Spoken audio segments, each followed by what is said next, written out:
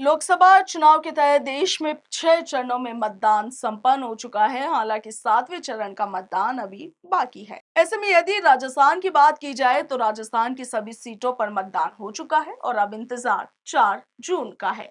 मगर इस बीच राजनीतिक गलियारों में सिर्फ एक ही सवाल उठ रहा है कि नागौर से इस बार कौन सांसद चुना जाएगा। क्या हनुमान बेनीवाल फिर से चुनाव जीतने में सफल होंगे या फिर इस बार ज्योति मिर्धा फिर से नागौर संसदीय सीट को मिर्धा परिवार को दिलाकर मिर्धा परिवार का दबदबा बरकरार रखेगी। मगर देखा जाए तो ये चुनाव हनुमान बेनीवाल और ज्योति मिर्धा दोनों के लिए ही प्रतिष्ठा का चुनाव है, क्योंकि दोनों नेताओं के सामने अपनी साख और राजनीतिक विरासत बचाने की बड़ी चुनौती है। क्योंकि ज्योति मिर्धा जहां लगातार 3 बार चुनाव हार चुकी है, तो वहीं हनुमान बेनीवाल की पार्टी का ग्राफ इन दिनों सिमटता जा रहा है।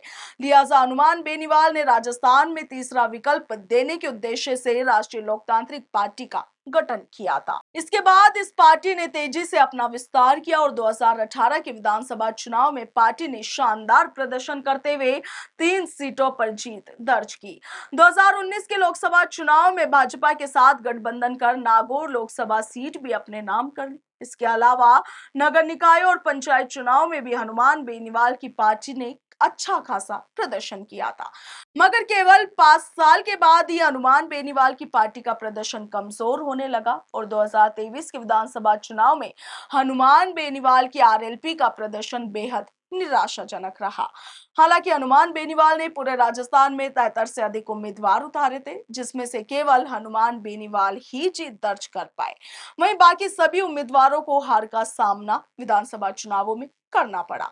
हनुमान बेनीवाल खुद बेहद संघर्षपूर्ण मुकाबले में 2000 वोटों से ही विजय हुए, जबकि लोकसभा चुनाव से ठीक पहले उन्हीं के पार्टी के नेता रहे उम्मीदवार राम बेनीवाल ने हनुमान बेनीवाल को अलविदा कहकर कांग्रेस का दामन थाम लिया और बाड़मेर से कांग्रेस ने उन्हें अपना प्रत्याशी बना दिया।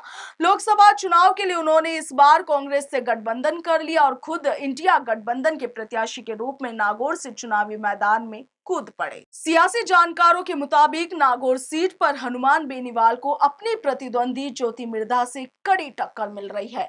इससे पहले दोनों दो लोकसभा चुनावों में आमने सामने हो चुके हैं। हालांकि 2019 में बेनीवाल ने उन्हें मात दी थी, मगर इस बार हनुमान बेनीवाल की राह उतनी आसान नजर नहीं आ रही। यदि हनुमान बेनीवाल लोकसभा चुनाव जीत भी जाते हैं तो ये उनके राजनीतिक जीवन के लिए संजीवनी का काम करेगी। मगर इस स्थिति में उन्हें विधायक पद से इस्तीफा देना पड़ेगा, जहां दोबारा उपचुनाव होगा।